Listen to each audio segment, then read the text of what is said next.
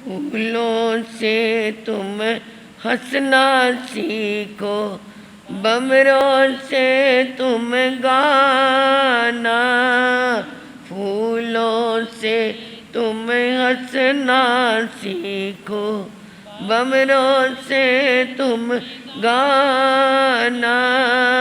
दूध और पानी से सीखो, मिलकर प्रेम बढ़ाना। दूध और पानी से सीखो, मिलकर प्रेम बढ़ाना। परम श्रद्धा, परम आराध्या, परम पूजनीय, परमात्म स्वरूपा तपाचार्य गुरनी मैया के चरणार बिंदु में वंदन करने के उपरांत धर्म प्रांगण में आए मेरे आत्मीय जन, चातुर्मास का प्रारंभ आज आपने करवा लिया।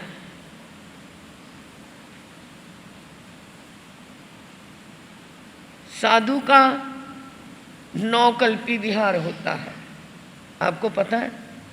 साधु 9 कल्पी विहार करता है और साध्वी 5 कल्पी विहार करती है। कल्प शास्त्र में इसका वर्णन है। धर्म क्षेत्र काल भाग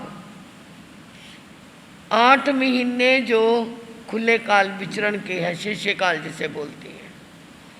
साधु एक जगह 1 महीने तक रह सकता है सुखे समाधि। अगर कोई बाधा पीड़ा आ गई, तप जब बीमारी है तो वो कितना भी रह सकता है। तो 8 महीनों के 8 कल्प और 9वां कल्प चौमास्य का।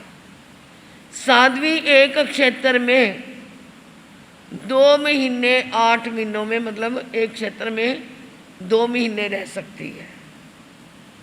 और 8 महीने में कितने हो गए? 4 कल्प, और एक क्या हो गया? चौमास्य का कल्प हो गया। कोई बाधा पीड़ा है, कोई बीमारी है तो कितना भी रह सकते हैं। और चौमास्य में क्या नहीं करते? विहार नहीं करते। परंतु किसी की सेवा के लिए जाना पड़े, किसी की तपस्या के लिए जाना पड़े, कोई बीमारी के इलाज के लिए बाहर जाना पड़े, कोई पढ़ाई के लिए कोई ऐसी सुविधा हो गई है, तो कोई आचार्य की, सबसे पहले आचार्य की आज्ञा लेकर के, आचार्य प्रवर्तक की आज्ञा लेकर के, ये नहीं अपनी मर्जी से हम जा रहे हैं, ऐसा नहीं। आचार्य भगवान की आज्ञा लेकर के चौमासे में भी विहार कर सकते हैं, परंतु कब? जब अपवाद मारक हो। जिस क्षेत्र में कोई ऐसी अप्रीति कारण हो गया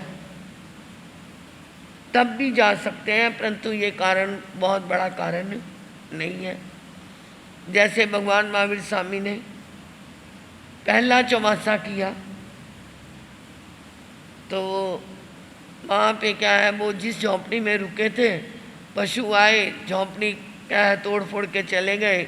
झोंपड़ी के मालिक ने कहा, तू अपने निवास का ही ध्यान नहीं रख सकता तो तू और क्या ध्यान करेगा, और तेरा क्या होगा? तो वहाँ पर उसकी क्या हो गई? अश्रद्धा पैदा हो गई, अप्रीति पैदा हो गई।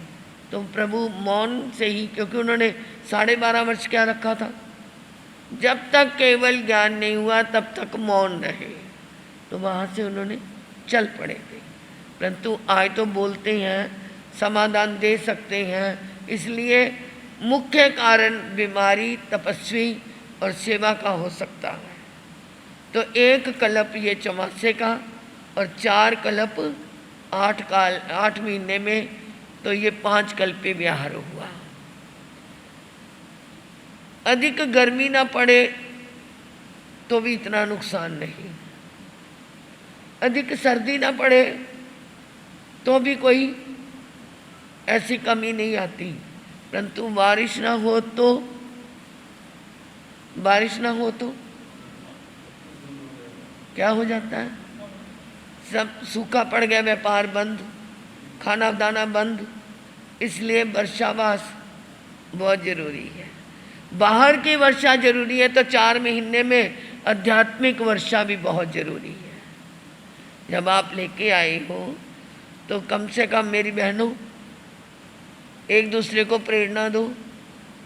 आज तो लगता था मेरे को ये बीच का स्थान भर जाएगा, आपने थोड़ा सा ध्यान और कर देना।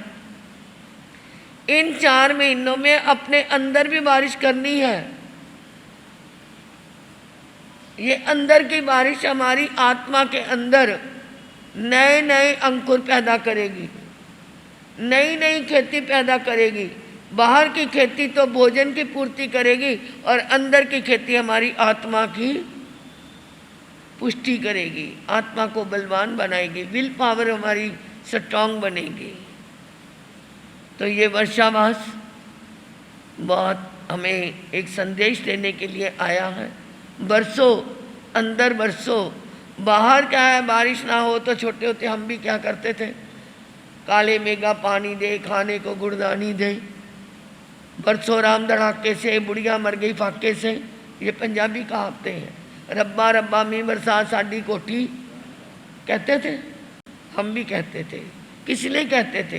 क्योंकि कोठियों में दाने, कोठी में यानी कि पहले वो कमरों में भर के रखते थे अनाज, बड़े बड़े क्या है वो ड्रम होते थे, वो भर के रखते। आज क्या है, 10 किलो की बोरी लाई आटे की और क्या है खा लिया। पहले क्या होता था, भर के स्टॉक रखते थे। तो इसी तरह हमने भी अपनी आत्मा में 4 महीने में इतना स्टॉक कर लो धर्म ज्ञान का कि आपके संस्कारों का वो गोदाम भर जाए। हमारे संस्कार गोदामों के गोदाम भर जाए और उसे हम लेकर के आगे खाते रहें। गंगा, लोग सनातन लोग कहते हैं गंगा पाप का नाश करती है और चंद्रमा ताप का नाश करता है, क्योंकि गर्मी और रात को चंद्रमा खिल जाए तो शीतलता मिलती है। मंत्र संताप का नाश करती है और कलम वृक्ष अभिशाप का नाश करते हैं। परंतु गुरु हमारे सब चीज़ों का, जो हमारे समूल विकृतियाँ हमारे को परेशान करती हैं, जिससे आत्मा हमारी विकृति की ओर जाती है, उन विकृतियों का क्या करते हैं, नाश करते हैं। तो कल को क्या है, गुरु पूर्णिमा, गुरु का प्रकाश क्या है, ये गुरु ग्रंथ साहब की बात मुक्ता जी ने की, उसमें प्रकाश निकालते हैं। सुबह उठ करके जब भी पाठी वहाँ पे पाठ पढ़ने जाता है गुरु ग्रंथ साहब, तो पहले ऐसे खोलता है, वो कहते हैं जो गुरु का प्रकाश आ गया वहीं से वो शुरू कर देता है, क्योंकि उसमें गुरुवाणी है। तो यहाँ तो आपको स्पष्ट गुरुवाणी सुनाने वाले गुरु मिले हैं, आएंगे तो पाएंगे। चतुर्मास का हमने प्रारंभ नवकार महामंत्र के अखंड जाप से शुरू किया, बहुत अच्छा लगा। सुबह हमारे शुरू करवाने के लिए भाई बहन आ गए।